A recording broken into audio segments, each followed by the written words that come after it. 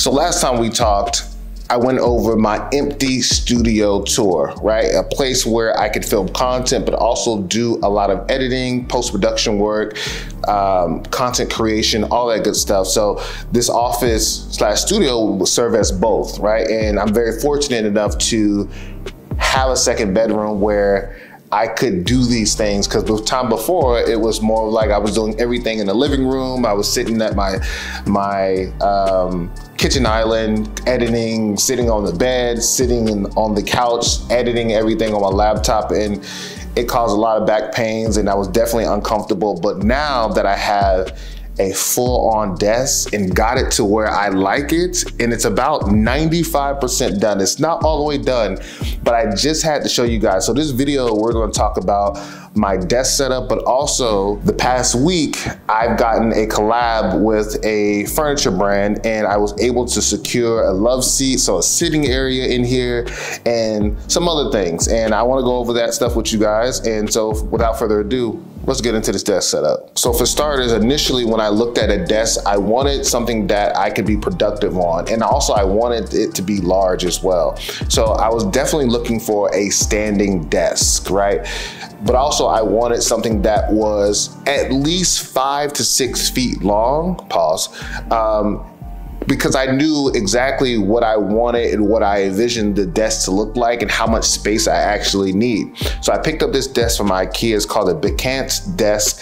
It's a standing desk. It's also on sale right now. It goes really, really high and really low if you want it to go low, but it's perfect for if you don't want to sit in your seat anymore and you want to stand and do work, you can do that. Now, because I wanted the big desk, I knew that I wanted a super large screen, right? Like I've worked on a 27-inch before, I worked on a 30-inch before, but I happened to be searching for monitors and I came across this 43-inch LG Smart 4K monitor. The one thing about it is that I can do my work, I can attach it to my MacBook and do work, and I can have a full screen and the quality is so good. But also too, when I'm done working, I can just use it as a TV. So it's really good if you wanted to use it as both a monitor and also a TV. So just the monitor and the desk alone kind of almost completed the vision of what I wanted to look like. For the most part, I wanted this desk to be very minimal, right? I didn't want a lot of stuff on the desk at all. Of course, over time, the desk gets junky, but I wanted to keep it super clean, right?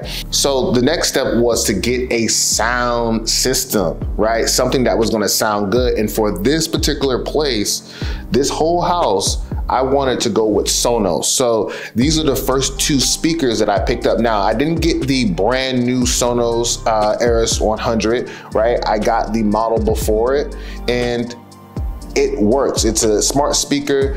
I got them, actually, I bought one from, they were like $170, and I also got one that was open box from Best Buy that was excellent condition that came out to like $157. So I didn't want to spend a ton on my desk speakers. However, I wanted it to be a streamlined experience with the rest of the house. Initially, my color scheme for this desk was black and white, but I thought that would be a little boring. So I wanted to add something that was just a little bit of a different color, right? And so I went with a large felt mat from Nordic. This brand also sells like the leather mats, but I didn't want to go with the leather mat. So this felt mat worked perfectly. But sometimes when you're dealing with felt, it has little hairs and sometimes they unravel a little bit. So I'll see how this actually wears over time, and maybe I may switch to a leather mat, but for now, this felt mat from Nordic works perfectly fine. Now, I'm an Apple person, and I'm an Apple person to the core. So when I talk about like the accessories, Apple accessories, I like to have Apple accessories. But doing my research and stuff like that, I decided to go differently, another direction when it came down to my keyboard. I got the Keytron K3 version 2. It really has a nostalgic feel to it. It takes me back to like elementary school and middle school, using those big like bounce back keys. And from someone who is a big Apple fan, like having the keys where it's like super small, super minimal, not too much bounce back. It is loud. It is loud. You can hear me clicking from the kitchen. It is loud, I will say. I'm still in my return window, so I don't really know if I'm gonna keep it. I like it for now. It works perfectly fine.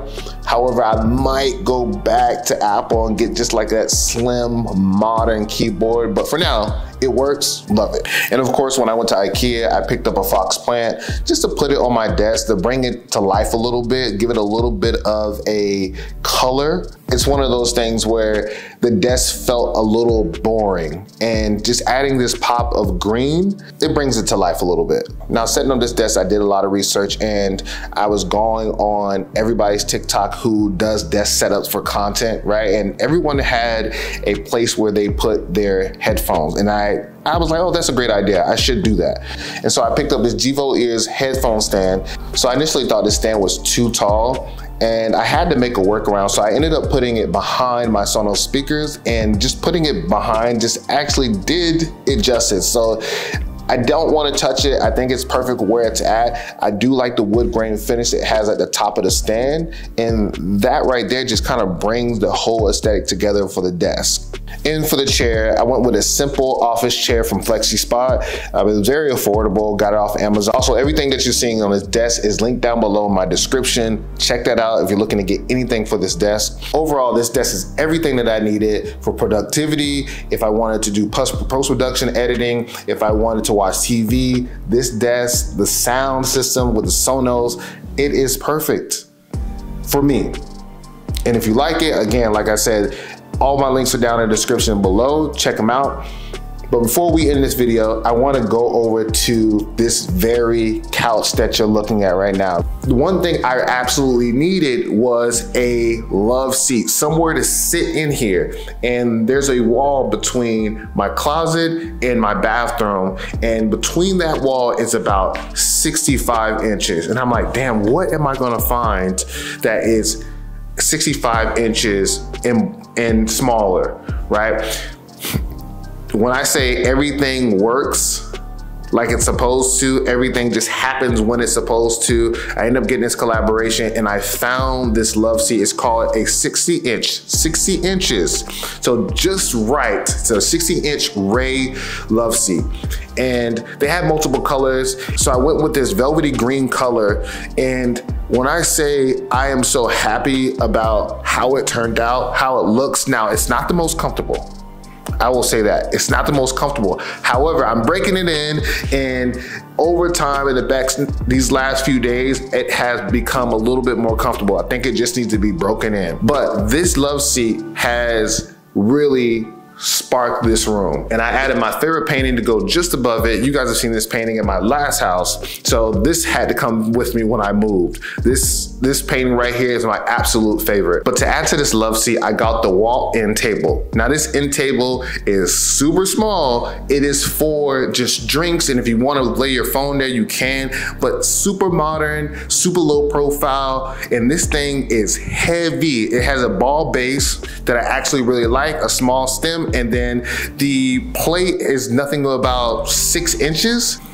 Other than that, there's a few things that is coming that you guys will see in the updated video when it comes down to this studio.